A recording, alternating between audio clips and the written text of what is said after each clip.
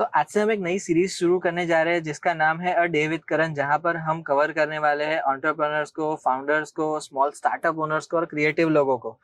तो ये मेरा पहला वीडियो है और मेरे पहले वीडियो के गेस्ट है अभिजीत साइमन, जो है एक टैटू आर्टिस्ट, जिनसे हम आज मिलने वाले हैं, काफी सारी बातचीत करने वाले हैं कि उन्होंने अपना बिजनेस कैसे स्टार्टअप किया, उनको वडोदरा में क्या चैलेंजेस आए और उनको वडोदरा में स्पेशली क्या टाइप का फूड पसंद है, कहाँ की कॉफी पसंद है और काफी और भी सारी चीजें हम कवर करने वाले हैं, तो बने रहिएगा वीडियो में।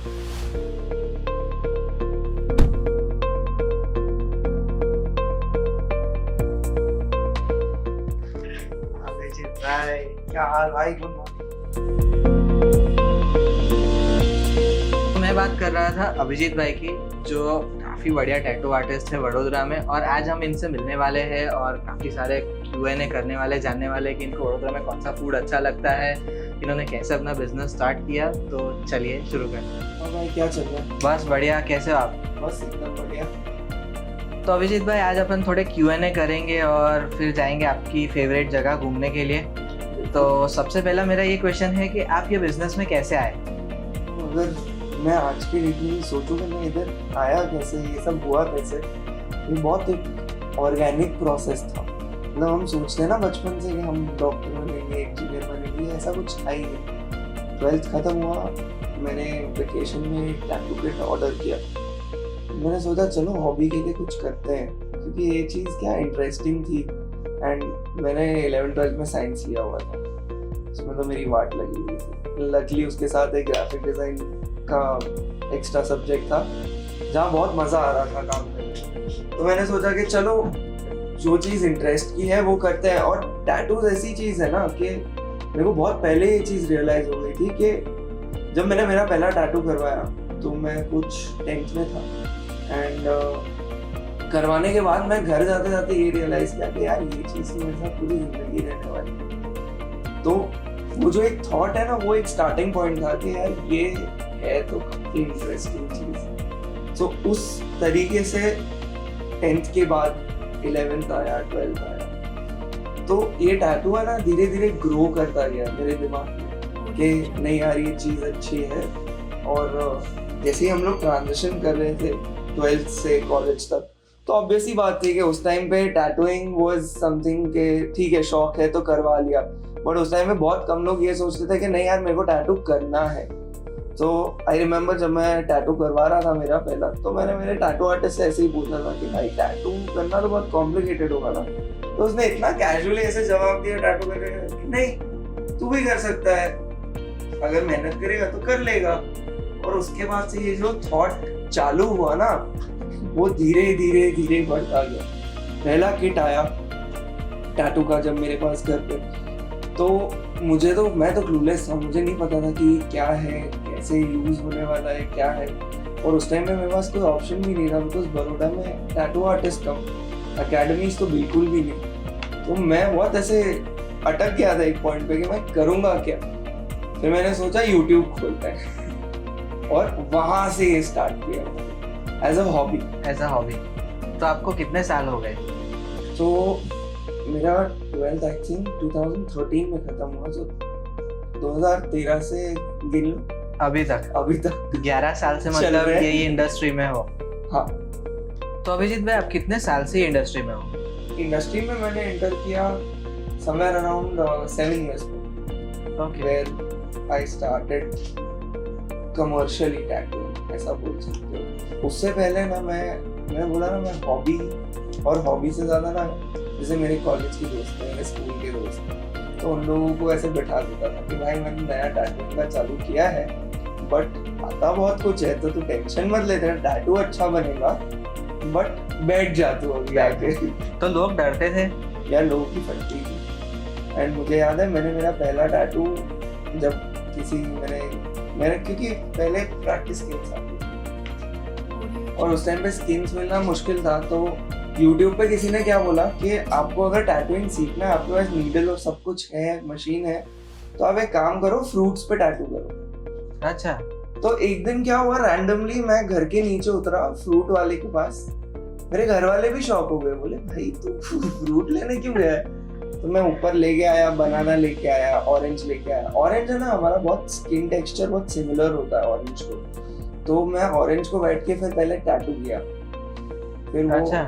फिर उसके बाद धीरे धीरे मैंने वो प्रैक्टिस स्किन पे किया, बिकॉज प्रैक्टिस स्किन भी उस टाइम में मैंने बहुत कम खरीदी थी। फनी चीज, मैंने जब टैटूइंग का घर पे बताया, बिकॉज यार 12th के बाद तो क्या पॉकेट मनी पे ही रहते हो, तो मैंने घर पे बताया, तो मैंने बोला मेरे को टैटू किट चाहिए, तो मुझे पैसे दो। तो बहुत मिक्स्ड रिएक्शंस थे, बोले भाई क्या कर रहा है, एंड मेरे मॉमडैड टीचर्स, तो आई बहुत strict हो गए। दोनों को कि एकदम स्ट्रिक्ट रिएक्शन आएगा। तो मैंने पापा को तो बताया ही नहीं, मम्मी को बोला मम्मी मेरे को टैटूइंग सीखनी है, ऐसा है।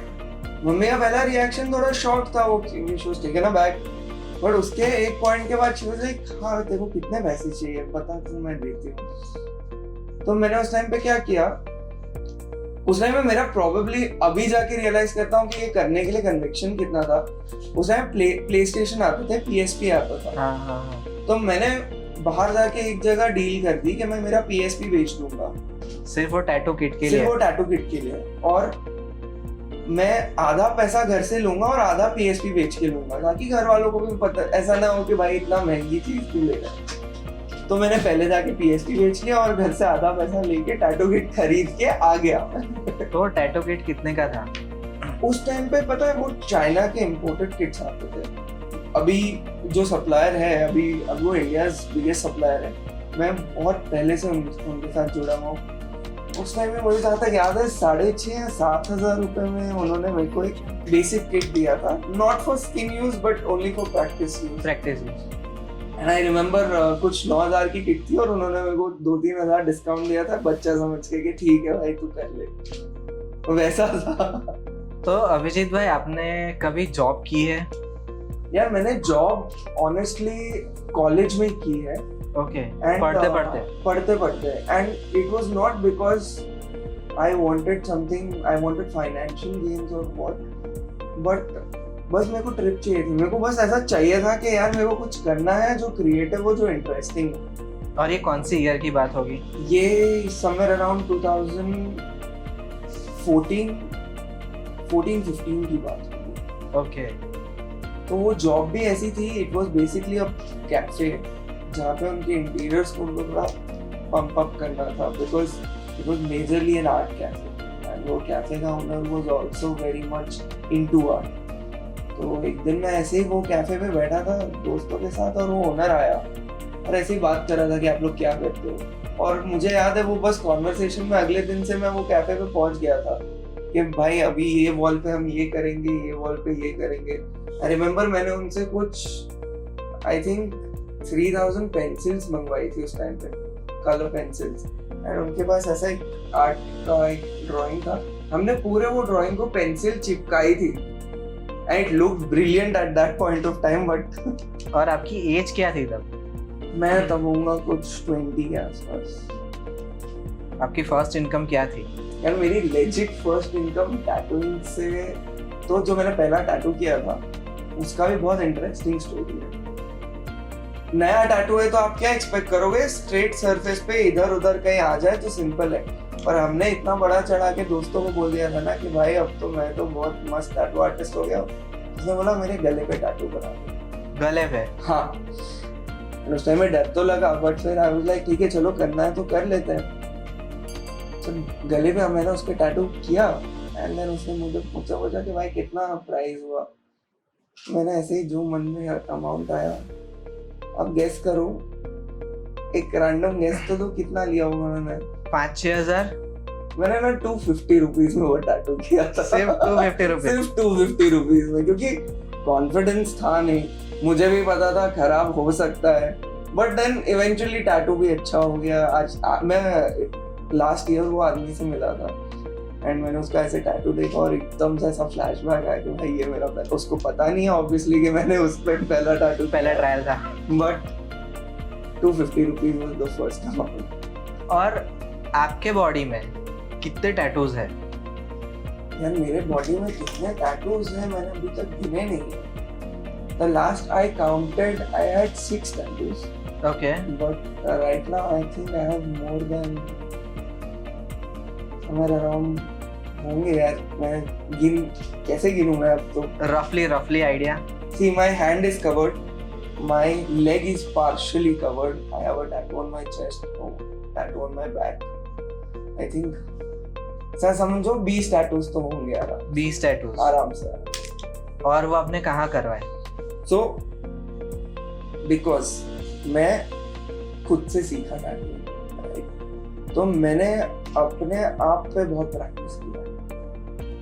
So मैं ये वाला जितना भी हाथ है मेरा, ये मैंने खुद किया है। फिर एक दिन पता नहीं मेरे को क्या मस्ती चढ़ी, मैंने बोला मैं मिरर में देख के टैटू करता हूँ, तो ये बनाया। फिर आई थिंक मैंने पैर पे टैटू किए खुद के। तो मोस्ट ऑफ द टैटूज मैंने किया है, कुछ टैटूज मेरे टैटू इंडस्ट्री के फ्रेंड्स ने किए हैं, मतलब अभी काफी सारे। और जैसे कि मतलब आपने बताया कि आपको 10-11 साल हो गए हैं ये इंडस्ट्री में, टैटू इंडस्ट्री में। तो अगर मैं बात कर रहा हूँ वडोदरा सिटी की, तो वडोदरा सिटी में मतलब आप कैसे अपने आप को यूनिक कहलाते हो? लोग बोलते हैं I am the best tattoo artist, I am a very different tattoo artist, but I feel like जो अप्रोच होता है ना, जो अप्रोच स्टाइल होता है, वो हर क्लाइंट के साथ यूनिक हो जाता है। इज बिकॉज एक इंसान आएगा, उसको चाहिए होगा सबसे ज़्यादा, मतलब उसके लाइफ के लिए बहुत इंटरेस्टिंग टैटू होगा, बट वो प्रोबेबली मेरे लिए होगा कि अरे ठीक है, मतलब इट्स अ रेगुलर वर्क। दूसरा क्लाइंट होगा जो मेरे लिए काफ़ी ज़्यादा इंटरेस्टिंग होगा, is because it is they are also again connected to an emotion. तो वो कैसा हो जाता है, I have to stay very neutral with all the tattoos. Is because अगर मैं टैटूज को लेवल्स में ऐसे डिवाइड करूँ ना, वो वाला मीन नहीं है लेवल सबके निकलेंगे वैसा नहीं कर सकते। I have to keep everybody equal, and in my head मेरे को एक ही चीज है कि I am giving them a life time memory. So I have to see to it that आज के बाद 10 साल के बाद या 20 साल के बाद क्लाइंट अगर देख रहा है वो टैटू, तो they should be very much happy and they should remember मी।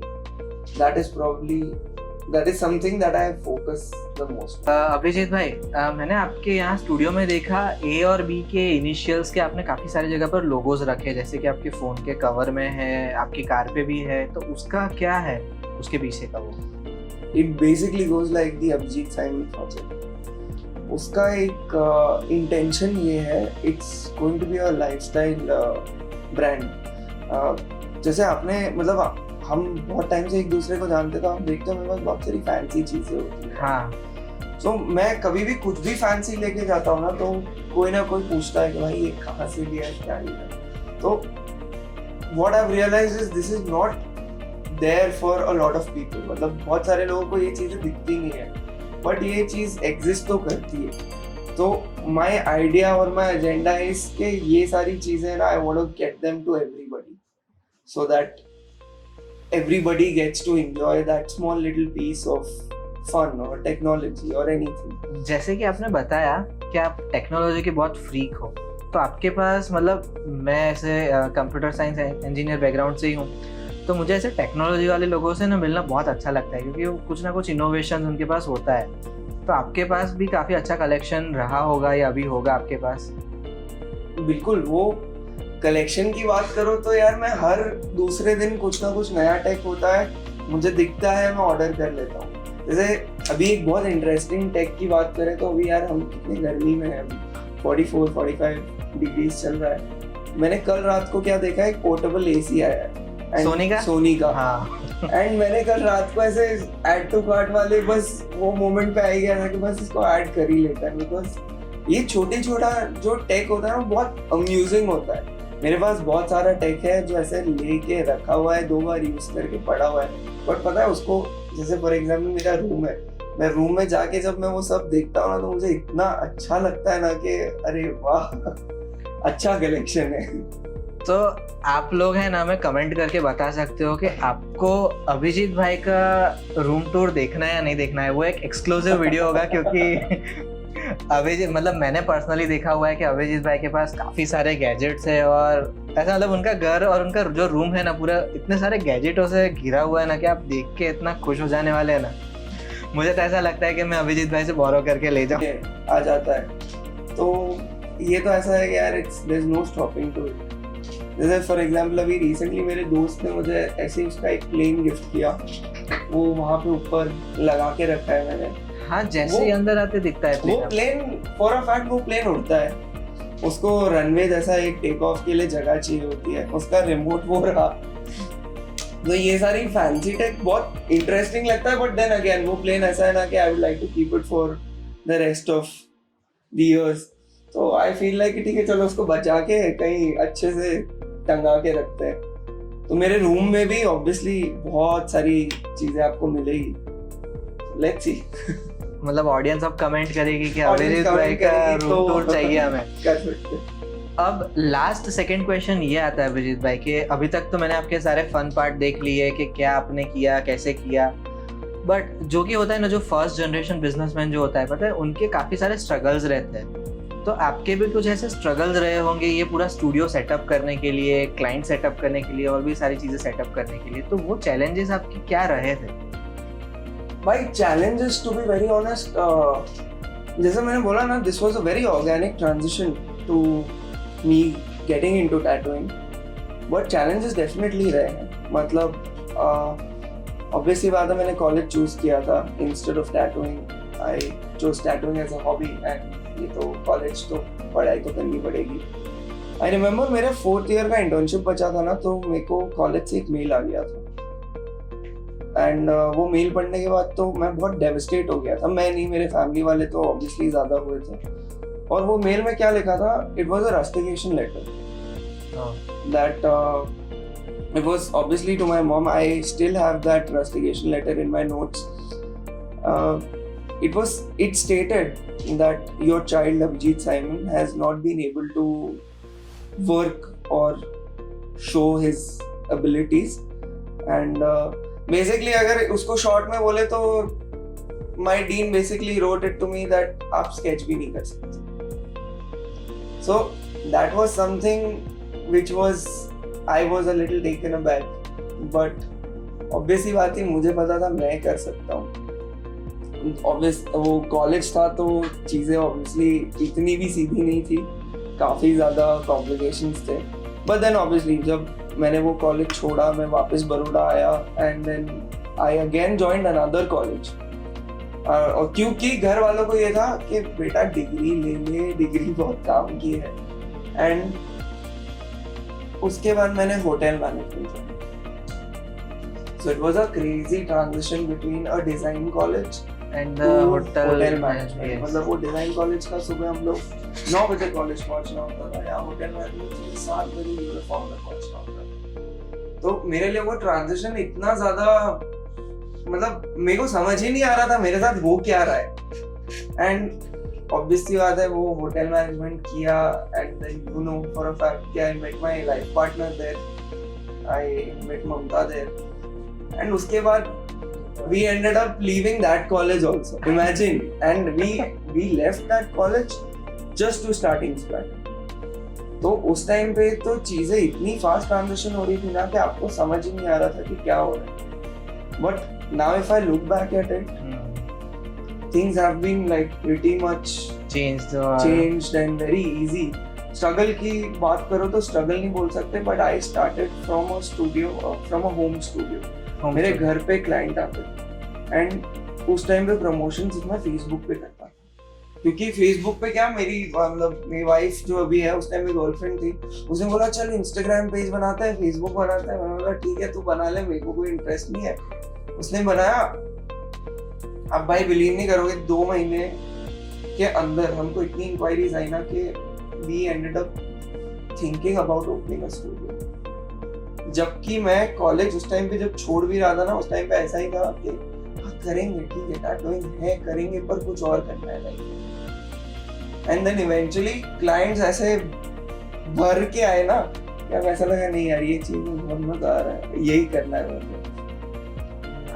मतलब आपकी स्टोरी, मतलब यही, मतलब मुझे सुनना काफ़ी अच्छा लगता है। एक जो फर्स्ट, मतलब अगेन मैं फर्स्ट जनरेशन इसलिए बोलता हूँ क्योंकि मैं खुद वही चीज़ मतलब कर रहा हूँ कि मैं पढ़ाई के बाद खुद अपना बिजनेस स्टार्ट किया और सारी चीज़ें कर रहा हूँ। और लास्ट क्वेश्चन अभिजीत भाई, लास्ट क्वेश्चन ये है कि ये सब लोगों के माइंड में होता है और सब लोगों को जानने की बहुत ही इच्छा होती है कि जो टैटू आर्टिस्ट होता है वो कितना कमा लेता है। यार ये चीज कितनी सब्जेक्टिव है। ये चीज बहुत मतलब बोलना बहुत आसान है, बहुत कमेंट इसके बारे में। ऑब्वियसली बात है, यूएस में जब टैटूइंग फेमस था और अभी भी फेमस है तो लोग बोलते हैं कि टैटू आर्टिस्ट अंधा कमाते हैं। वो मैं मना तो नहीं करूँगा, कमाते बहुत अच्छा है, कमाते इतना है। I can obviously talk about my self इस क्वेश्चन को लेके, इस बिकॉज सबका अलग अलग मानना होता है। हाँ, सबका अलग अलग सोर्स ऑफ मतलब जो सोर्स ऑफ इनकम होता है।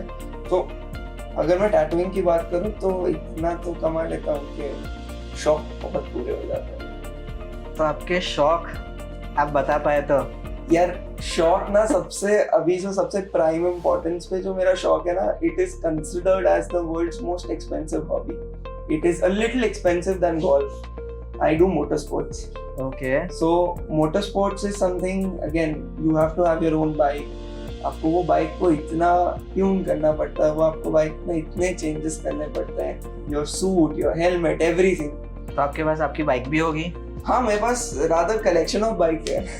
क्या बात कर रहे हो? कौन सी बाइक्स है आपके पास? So I would not मतलब I have a big track bike and I have a small track bike. Okay. मेरी small track bike यहाँ पे ही ट्रैक पे ही रखी रहती है। It is only for the track use.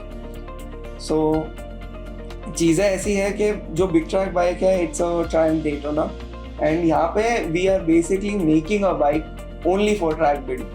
So तो यहाँ पे आप वडोदरा में प्रैक्टिस करते हो? Yes. कहाँ पे जाते हो आप? तो मेरे स्टूडियो के बाद 7:30 बजे आप अगर मैं कहीं नहीं मिल रहा हूँ तो मैं उस ट्रैक पे ही मिलूंगा। ओके। 1331 ट्रैक्शन करके एक जगह है, वहीं पे मैं दिखूंगा लाल कलर के सूट में, क्योंकि मेरा डेडपूल फेवरेट है तो मेरा सूट भी लाल है। तो वहाँ पे मतलब काफी ज्यादा इंटरेस्टिंग जगह है। और शौक बाकी बहुत सारे हैं, मतलब मेरे बहुत सारे शौक। वीडियो बहुत लंबा हो जाएगा। वीडियो बहुत लंबा हो जाएगा।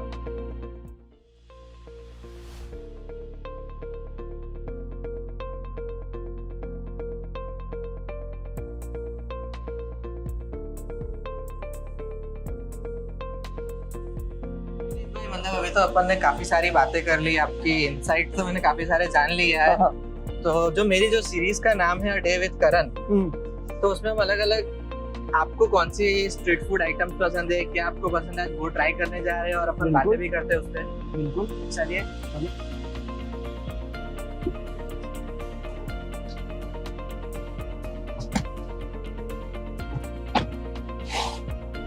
और अभिजीत भाई मैं बात करूं वडोदरा में, तो जैसे कि बहुत सारे नए नए स्ट्रीट फूड प्लेसेस आ रहे हैं, नए नए कैफेज आ रहे हैं, राइट? तो आपने उनमें से अभी तक कितने कैफेज ट्राई किए होंगे? यार कॉफी ऐसी चीज है ना मेरे लिए बहुत मतलब बहुत ज्यादा इम्पोर्टेंट हो जाती है। खराब कॉफी मतलब दिन खराब हो जाता है, रात खराब हो जाती है। तो कॉफी को लेके मैं थोड़ा केयरफुल हो जाता हूँ। बट स्पेसिफिक जगह, हाँ मतलब स्पेसिफिक जगह की कॉफीज ही पाती है मुझे।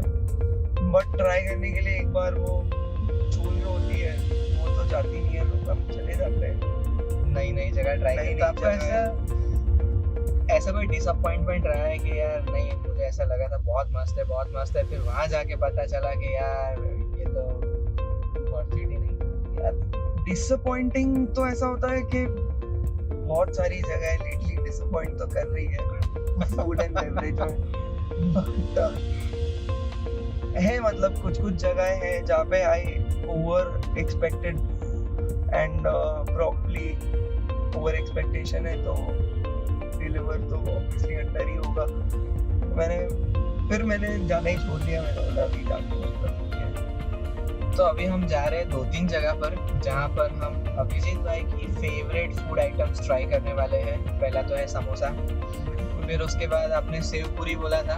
सेव पूरी इधर पीछे अलकापुरी में यहीं पे है। अच्छा। एंड यहाँ पे आगे कचौरी वाले अंकल भी होते हैं। और तीसरा आपने क्या बोला था? छोले कुलचे। सब एक दिन में नहीं खा पाएंगे, सब एक दिन में अपन नहीं खा पाएंगे, पर हाँ कुछ अपन ट्राई करेंगे कि कुछ ना कुछ अपन ट्राई करें। तो शायद से अपन आ गए ना विजित में? बस आ गई है। तो अपन पहले कार पार्क कर लेते हैं। तो अभिजीत भाई, यहाँ की क्या खासियत है? यार खासियत तो वैसे समोसे मस्त होते हैं, मतलब ऐसा कहते हैं ना कचौरी सब लोग मस्त यार, होते हैं। सबको ऐसा अलग अलग समोसे, अलग अलग कचौरियाँ बहुत अच्छी लगती है। यार फॉर एग्जाम्पल मेरे को तीखी चीज़ें नहीं पसंद है इतनी। नहीं, यहाँ पे मेरा एकदम mild टॉलरेंस मिलता कम है। है, तो यहाँ का समोसा इज गुड। थोड़ा छाँव में आ जाते हैं, वैसे भी चलो 45 हाँ, डिग्री बिल्कुल बिल्कुल की गर्मी है। भाई, एक प्लेट समोसा, एक प्लेट हाँ, कचौरी। एक प्लेट समोसा है।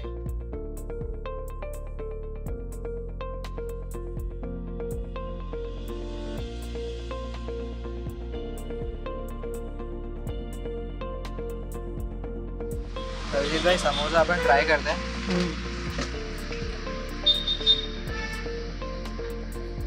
एकदम माइल्ड टेस्ट है और तीखा बिल्कुल नहीं है। मैं इसलिए तो खाता हूँ हर रोज ऑलमोस्ट।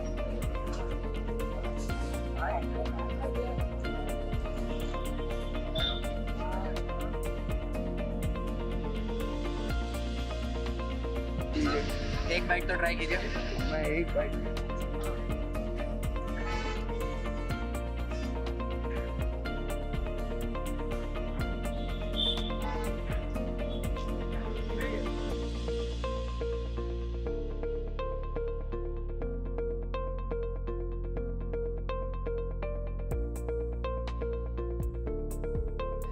ये कौन सा समोसा सैंडविच है? मतलब मैं तो रेगुलर तो- खाता हूँ हर बार। ये समोसा सैंडविच में वो ग्रीन चटनी के बदले जैम लगाते हैं। उनका स्पेशल कोई जैम है, ओके। वो लगाते हैं, समोसा डालते हैं, उसके ऊपर सेव। ग्रीन चटनी है, और नहीं, ग्रीन चटनी नहीं होती है इसमें, उसकी जगह जैम। जैम होता है। तो मैं आपको दिखाता हूँ, आप देखेंगे ना। तो ये ग्रीन चटनी की जगह है ना जैम लगाया हुआ है, और बाकी के टमाटर, प्याज और समोसा, और ऊपर केचप डाला हुआ है। तो अपन तो ट्राई कर रहे हैं, देखिए। अभिजीत भाई, आप एक पीस लीजिए। गर्मी बहुत है अभी, गर्मी 46 डिग्री गर्मी है अभी।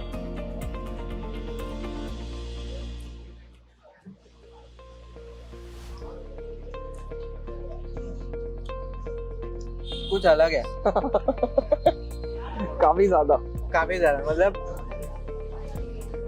मेरे फेस के रिएक्शन से आपको पता तो चल गया होगा क्योंकि पहली बार जैम समोसा और ये ब्रेड का कॉम्बिनेशन ट्राई कर रहा हूँ। बट हाँ, इतना खराब भी नहीं है, ट्राई कर सकते हैं। जिनको अच्छा लगता है उसके लिए तो बहुत ही बढ़िया है।